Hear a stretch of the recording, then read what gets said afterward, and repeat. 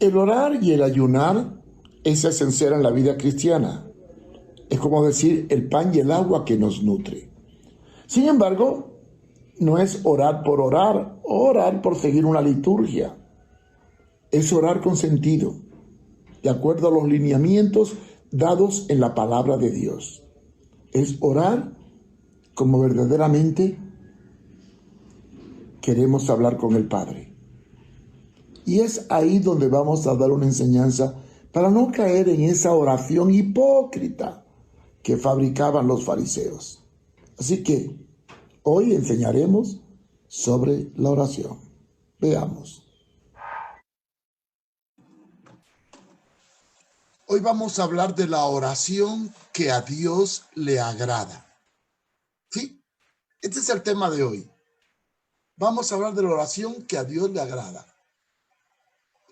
Orar es hablar con Dios. Nuestra relación con Dios es personal y claro, por medio de su Hijo Jesucristo. La Biblia dice que tenemos acceso al Padre en el nombre de Jesús. Esa relación es íntima, profunda y sincera. A eso le llamamos orar. Pero hay que distinguir entre estilos de oración. Por ejemplo, ¿qué es orar? Hablar con Dios directamente, con mis propias palabras. ¿Qué es rezar? Repetir un modelo de oración que otra persona hizo. ¿Y qué es alabar? Proclamar las cualidades o virtudes de alguien. Ahora, ¿qué es un mantra? Un mantra es una frase, palabra o sílaba sagrada que uno repite continuamente en la meditación para invocar a la divinidad, típico de las religiones hinduistas. Cosa que debemos evitar cuando oramos. Cuando nos convertimos a Cristo, leemos la Biblia y descubrimos muchas cosas que debemos hacer y no hacer según las Escrituras. Por ejemplo, descubrir que a lo largo de los años muchas veces actuamos igual que los fariseos, aunque no lo crea. Los fariseos eran expertos en la ley, conocían la palabra, pero actuaban como si fueran mejores que los demás, especialmente cuando oraban o rezaban. Pero, ¿cómo evitar una oración farisea? Vamos a ver la diferencia entre el fariseo y el publicano. El fariseo es un líder religioso que enseñaba y proclamaba la ley de Moisés. Por regla general, se interesaba más por las manifestaciones externas de esos preceptos que por seguir el espíritu de la ley. El publicano, sin embargo, entre los romanos era el arrendador o cobrador de los derechos públicos del imperio, cobrando los tributos. También se le daba el mismo nombre de publicano a los que cobraban impuestos públicos mediante una renta o tributo. Eran considerados corruptos, vendepatrias, judíos al servicio del imperio romano, que era el invasor. Jesús expone cómo debemos de vivir y cómo debe ser la vida de oración. Y la lección la podemos sacar del relato de Jesús en Lucas 18, del 10 al 14, cuando dice: dos hombres subieron al templo a orar, uno era fariseo y el otro era publicano. El fariseo, puesto de pie, oraba consigo mismo de esta manera: Dios, te doy gracias porque no soy como los otros hombres, ladrones, injustos, adúlteros, aún más no soy como el publicano. Ayuno 2 veces a la semana, doy diezmos en todo lo que gano, etc. Mas el publicano, estando lejos, no quería ni aún alzar los ojos al cielo, sino que se golpeaba en el pecho diciendo: Dios, sé propicio a mí, pecador. Os digo que este descendió a su casa justificado antes que el otro, porque cualquiera que se enaltece será humillado, y el que se humilla será enaltecido. Ahí vemos las dos actitudes, ¿verdad? No podemos orar o ayunar para que otros piensen que nosotros somos más espirituales. No debe ser una pantalla de espiritualidad. Los fariseos buscaban verse bien con los demás. Les gustaba el exhibicionismo, especialmente en público. Es por ello que buscaban lugares concurridos para hacer sus oraciones, como señala Jesús.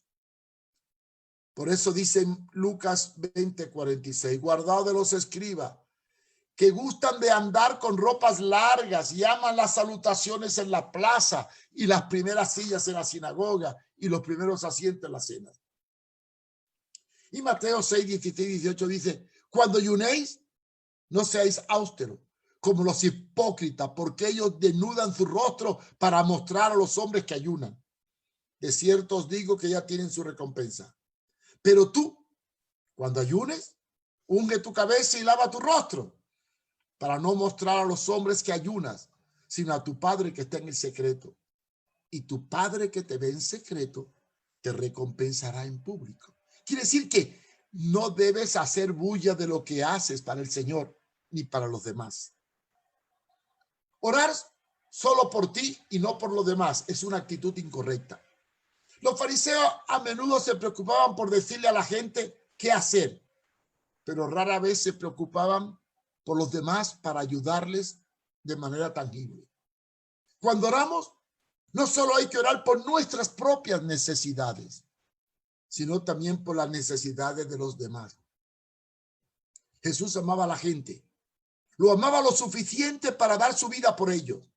Debemos hacer en todos los aspectos de nuestra existencia una bendición para los demás.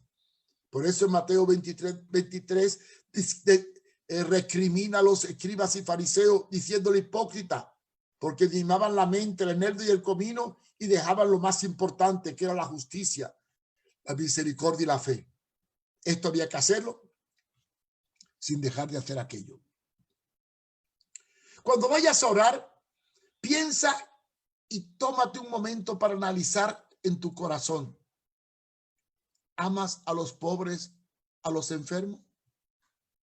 Las personas que no piensan como tú y no actúan como tú, ¿oras por ellos? Establezca una meta cuando ores para pasar la mitad de ese tiempo orando por las necesidades de los demás y no por las tuyas propias. Haz tuya la necesidad de otro. Esto marcará una diferencia entre ser sincero e hipócrita. Porque si ora por los demás, estará desarrollando el ministerio de intercesión. Evita usar la oración como exhibicionismo. La oración sincera es la que no hace alarde, la que compartes en privado con Dios. Hay dos cosas que debemos de hacer en secreto. En secreto. Primero, orar. Mateo 6:6. Mas tú cuando ores, entra a tu aposento y cerrada la puerta, ora a tu Padre que está en secreto. Y tu Padre que te ve en secreto, te recompensará en público. Ayuda al necesitado. No haga bulla cuando des una ayuda. Que tu mano derecha no sepa lo que hace la otra. Como dice Mateo 6:4, para que sea tu limosna en secreto y tu Padre que te ve en lo secreto te recompensará en público. No hagas nada por exhibicionismo, porque al hacerlo pierdes la bendición. Hablar con Dios es igual que hablar con un ser querido. No es con mucha elocuencia ni con mucha palabrería. Debe ser sencillo, con un vocabulario propio, sin arrogancia y naturalidad. Yo me acuerdo de una vez Angelito, un hombre de Dios, chaparrito, que cuando oraba decía, papito lindo, papito, le llamaba a Dios papito. Mateo 6:7-8 dice, y orando no uséis vanas repeticiones como los gentiles que piensan que por sus palabrerías serán oídos. No os hagáis pues semejantes a ellos, porque vuestro Padre sabe de qué cosa tiene necesidad antes de que vosotros lo pidas. No es la elocuencia lo que Dios busca en tu vida, es la sinceridad. ¿Y qué de la oración congregacional? ¿Se puede orar en grupo? Sí. Se puede usar la oración unánime o congregacional bajo supervisión y bajo el control de los ancianos. Esto le enseña Mateo 4:24. Dice, y ellos, habiendo oído, alzaron unánime la voz a Dios y dijeron, soberano Señor, tú eres el Dios que hiciste el cielo y la tierra, el mar y todo lo que en ello hay. En Hechos 2:42 dice, y perseveraban en la doctrina de los apóstoles, en la comunión unos con otros, en el partimiento del pan y en las oraciones.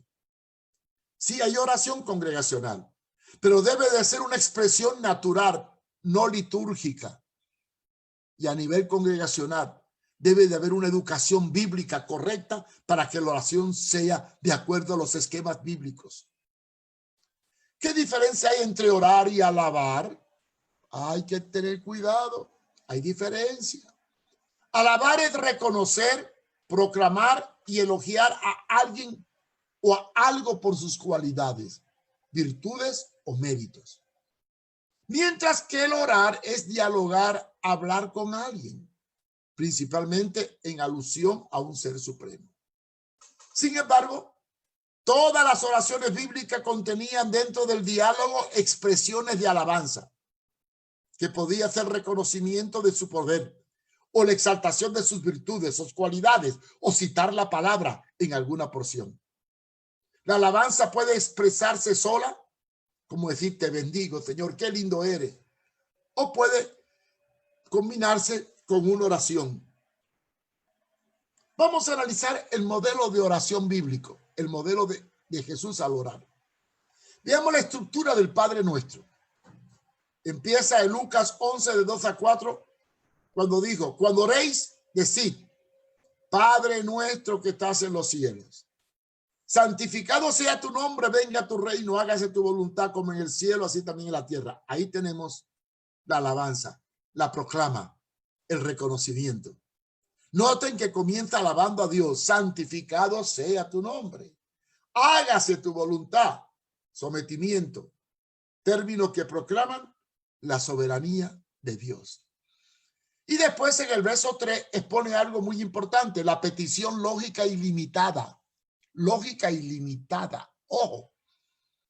En el verso 4 está condicionado el perdón a una base, como por ejemplo, el pan nuestro de cada día, dásnoslo hoy. No pidió la panadería, no pidió riqueza, el pan de cada día. Y después, y perdona nuestras deudas, nuestros pecados, como también nosotros perdonamos a los que nos deben. Para ser perdonado hay que perdonar. Y por último, nos pide protección de la tentación a la cual estamos expuestos todo el tiempo. Y no nos metas en tentación, mas líbranos del mal. Pedir protección. Vamos a ver ahora la oración de los apóstoles y discípulos. En Hechos 4, del 24 al 30, que lo puede buscar en su Biblia, encontramos otra estructura de oración que aún debemos de analizar. La oración se inicia cuando alzaron la voz proclamando en el punto de partida la doctrina más importante, la soberanía de Dios, señalando la creación como el principio de su poder. Fíjense lo que dice Hechos 4:24. Y ellos, habiendo alzado la voz unánimes, dijeron, soberano Señor. Ahí está reconociendo, alabando. Tú eres el Señor que hiciste el cielo y la tierra y el mar y todo lo que en ello hay. Proclama. Después comienzan citando las escrituras para respaldar su oración. Evocan hechos del pasado semejante al que ellos estaban viviendo en esos momentos. Y por último dice, empiezan a hablar por la boca de tu siervo y empiezan a relatar todos los acontecimientos hasta que Jesús fue entregado a Pilato para ser crucificado. Y en medio de la oración, al remembrar lo que Dios hizo en el pasado, sale a relucir su soberanía de nuevo, por lo que ellos reconocen que es el Señor el que determina todo al afirmar, para hacer cuanto tu mano y tu consejo había antes determinado que sucediera. Soberanía de Dios. Y después, con suma reverencia, le piden al soberano que intervenga, reconociendo que ellos son tan solo sus siervos, lo que evidencia el sometimiento a su señorío. Y el versículo 29 dice, y ahora, Señor, mira sus amenazas y concédele a tus siervos que con todo denuedo hablen tu palabra, mientras extiende tu mano para que se haga sanidades y señales y prodigios mediante el nombre de tu santo Hijo Jesús. Noten qué oración más reverente. ¿Y qué tal de esos pastores que oran pidiéndole y ordenándole a Dios que tienen que hacer lo que ellos dicen? ¿Cuál es la posición correcta para orar? Sobre la forma de orar se ha creado mucha liturgia. Pero lo importante no es la posición, sino el sentir. Bíblicamente hablando, orar y sentir la presencia de Dios en los profetas, cuando esto ocurría, caían de rodillas y con el rostro en tierra, pero solo cuando empezaban a alabar y a sentir la presencia de Dios. Era normal caer con el rostro en tierra. Veamos Génesis 18:2. Y alzando sus ojos miró, y aquí 3 varones que estaban junto a él. Y cuando los vio, salió corriendo a la puerta de su tienda a recibirlo y se postró en tierra. Josué 7:10.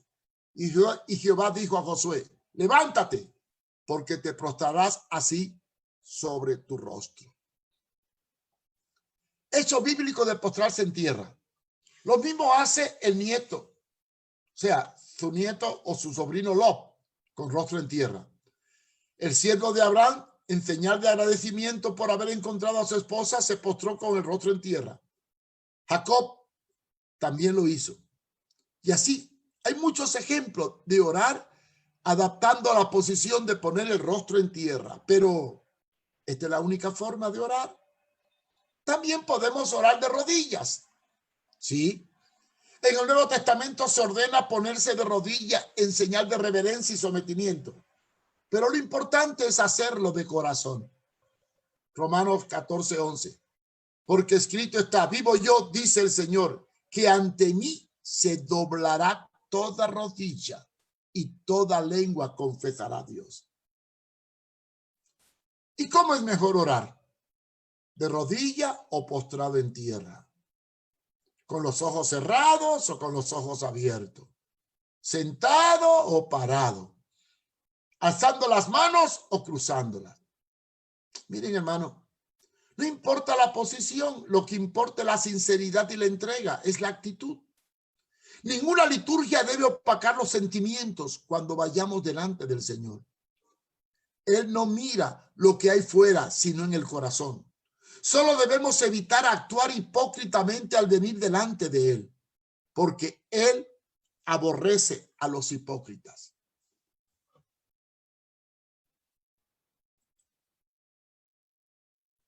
¿Lección aprendida?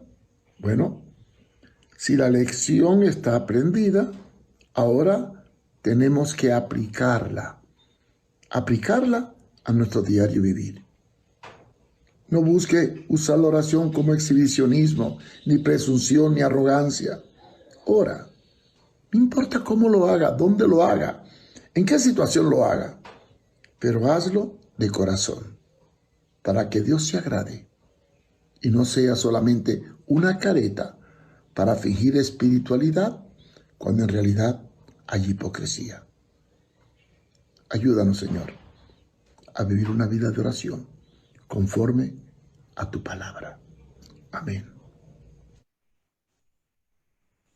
Hermanos, quiero invitarle a que sintonicen de lunes a viernes por este canal las enseñanzas que estamos dando. Quiero decirle que estamos elaborando una serie sobre profecías que estaremos iniciando muy pronto. Mañana a las 7 de la mañana por aquí mismo estaremos transmitiendo otro tema muy interesante. Espero que nos acompañen. Y si tiene preguntas o interrogantes, ponte en contacto conmigo, mariofumero@hotmail.com, o visita mi página web para encontrar todas estas enseñanzas, www.contralapostasía.com. Será un placer poderte tener conmigo a esta hora. Dios te bendiga, Dios te dé un feliz día, porque Dios tiene grande bendición para nosotros. Y recuerda, ora al Señor, no importa la posición, lo que importa es la actitud del corazón. Porque el hombre mira lo que hay fuera, pero Dios mira el corazón.